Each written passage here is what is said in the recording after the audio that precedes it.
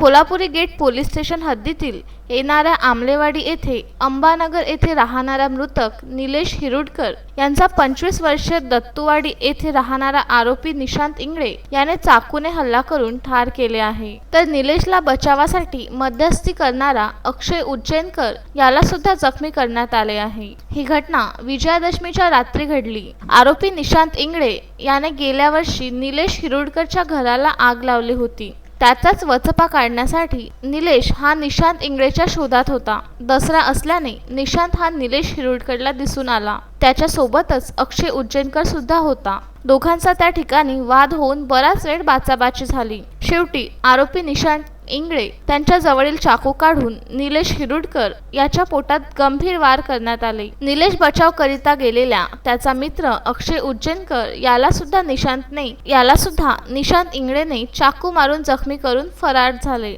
या घटनेची माहिती होताच Kolhapuri gate police DCP ACP घटनास्थळी दाखल झाले। शेवटी 12 तासानंतर पोलिसांनी आरोपी निशांत इंगळे याला अटक करण्यात आली। त्याच्या विरुद्ध कलम 302, 307, 4 व 25 आर्म ॲक्ट या ॲक्टनुसार गुन्हे दाखल करण्यात आले। अजय शृंगारे, विदर्भ न्यूज, अमरावती।